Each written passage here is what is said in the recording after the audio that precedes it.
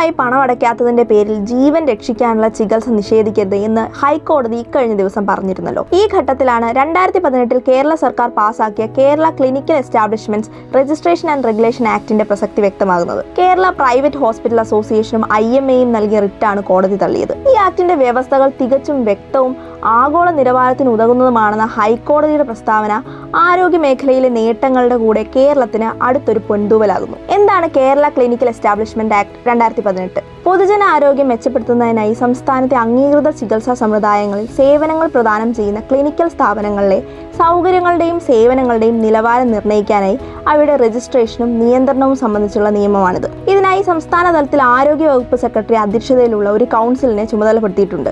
എന്തൊക്കെയാണ് ഈ കൗൺസിലിന്റെ ചുമതലകൾ? ക്ലിനിക്കൽ സ്ഥാപനങ്ങളെ തരംതിരിക്കുകയും ഓരോന്നിനും അനുസൃതമായ നിലവാരം നിശ്ചയിക്കുകയും ചെയ്യുന്നു. ക്ലിനിക്കൽ സ്ഥാപനങ്ങളുടെ രജിസ്റ്റർ തയ്യാറാക്കി പ്രസിദ്ധീകരിക്കുന്നു. പരിശോധനയ്ക്കായി അസസർമാരുടെ പാനലും ജില്ലാ തലത്തിൽ കളക്ടർ അധ്യക്ഷതയിലുള്ള അതോറിറ്റികളും രൂപീകരിക്കുന്നു. സമയാനുസൃതമായി പരിശോധനകൾ നടത്തുന്നു. ഭേദഗതികൾക്കായി ശുപാർശ നൽകുന്നു. ക്ലിനിക്കൽ സ്ഥാപനങ്ങളുമായി ബന്ധപ്പെട്ട തർക്കങ്ങൾ പരിഹരിക്കുന്നു. പൊതുജനാരോഗ്യത്തിനും സുരക്ഷിതത്വത്തിനും വിപത്തായ ക്ലിനിക്കൽ സ്ഥാപനങ്ങളുടെ രജിസ്ട്രേഷൻ റദ്ദാക്കുന്നു. ചട്ടങ്ങൾ പാലിക്കാത്ത ക്ലിനിക്കൽ സ്ഥാപനങ്ങൾക്കെതിരെ നിയമ നടപടിയെടുക്കുന്നു. ക്ലിനിക്കൽ സ്ഥാപനങ്ങളും ഈ ചട്ടങ്ങൾ പാലിക്കാനും രജിസ്ട്രേഷൻ എടുക്കാനും പൊതുജനങ്ങൾക്ക് ലഭ്യമാക്കേണ്ട വിവരങ്ങൾ ലഭ്യമാക്കാനും ബാധ്യസ്ഥരാണ്. ക്ലിനിക്കൽ സ്ഥാപന നിയമം സെക്ഷൻ 47 പ്രകാരം അത്യാഹിതത്തിൽപ്പെട്ടവരുടെ ജീവൻ രക്ഷിക്കാനുള്ള ചികിത്സ നൽകാനും മറ്റ് ആശുപത്രികളിലേക്ക് രോഗിയെ സുരക്ഷിതമായി എത്തിക്കാനുള്ള സൗകര്യം നൽകാനും ക്ലിനിക്കൽ സ്ഥാപനങ്ങൾ ബാധ്യസ്ഥരാണ്. ഉത്തരവാദിത്തങ്ങളിൽ നിന്ന് ഒഴിഞ്ഞു മാറാൻ കേരളത്തിലെ നിയമനിർമ്മാണം ആരെയും അനുവദിക്കുന്നില്ല എന്നതിന്റെ തെളിവാണ് ഈ നിയമം.